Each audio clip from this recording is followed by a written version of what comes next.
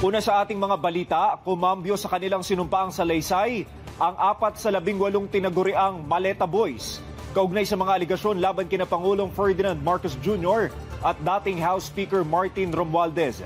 Inakusahan naman ng Ombudsman ang kampo ni Romualdez na nasa likod ng pagbaliktad ng mga dating bodyguard ni Zaldico. Live mula sa Quezon City, nakatutok si Juan Antonio. Juan, anong mangyayari sa mga abogado ng 4 na bumaliktad na tinaguriang Maleta Boys? Gab, hindi nagtatapos sa simpleng pagbawi ng testimonya ang ginawa ng 4 na Maleta Boys dahil hindi papalampasin ni Ombudsman Jesus Crispin Remulla ang nasa likod ng pag-recant ng mga nagpakilalang dating bagman at bodyguard ni dating Congressman Zaldico. Aalamin din ng Ombudsman kung sino ang mga abogado ng 4 na dating mga bagman para hilingin sa Korte Suprema na disiplinahin ang mga ito at posibleng pagpapatanggal sa Roll of Attorneys, lalo na't maituturing anya na paglabag sa Code of Ethics ang ginawa ng mga abogado.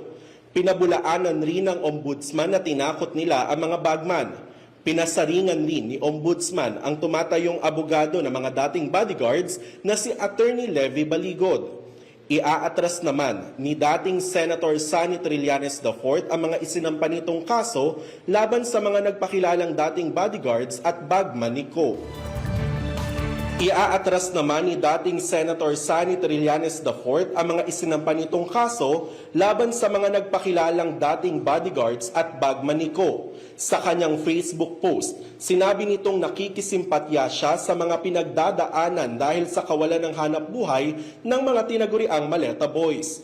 Umaasa rin daw ang dating senador na magising sa katotohanan ang iba pang Maleta Boys.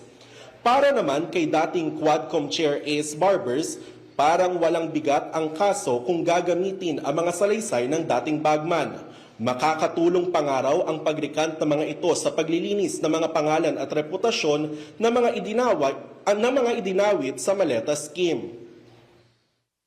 Alam mo, nakakalungkot na kung yan ang magiging basihan para sa pagpa-file ng kaso sa mga kasamahan natin sa Kongreso, para namang walang bigat, no? Walang bigat 'yun. At siguro dahil nga ito ay sila ngayon ay bumaliktad, makakatulong yung kanilang pag-recant dito sa pagpapalabas natin ng katotohanan tungkol dito sa usapin ng flood control. Si Senator Erwin Tulfo na idinamay sa Maleta issue, expected na raw ang plot twist. Pero ako expected ko na yun na magre-recant sila because talagang from the very start, alam naman ng lahat ng tao na those stories that they're making up. Paano naman napipilitin sila ng Ombudsman? May kasama yata sila abogado rito, kasama niya si Attorney Baligod, di ba? Dagdag pa ng senador, maaaring nakonsensya na ang mga bagman lalo na't inuulan na sila ng iba't ibang kaso. Siguro po nakonsensya din siguro dahil nakita nila kasi kung talagang totoo yung sinasabi nila, hindi siguro ganun kadaming demanda ang abutin nila. Halos na ito na binanggit nila, nagdemanda including myself. Naniniwala naman si Senator Ping Lacson na dapat tugisin ang mga nasa likod ng pagpapakalat ng alegasyon. Hindi namin palalampasin to. It's up to them. If they really want to fight it out that way, dirty, then we will just go to the Supreme Court and ask them to be defrocked and to be taken out of the Roll of Attorneys. Sir, given these recent developments, can you say na trustworthy pa ba si Attorney Baligod? Was he ever? Baligod is a very colorful character. But the camp of the accused, you know what we're talking about. So you think The camp of former Speaker Romualdez, his lawyers, his strategists, his advisors, yung mga tumutulong sa kanya, kasama na yan.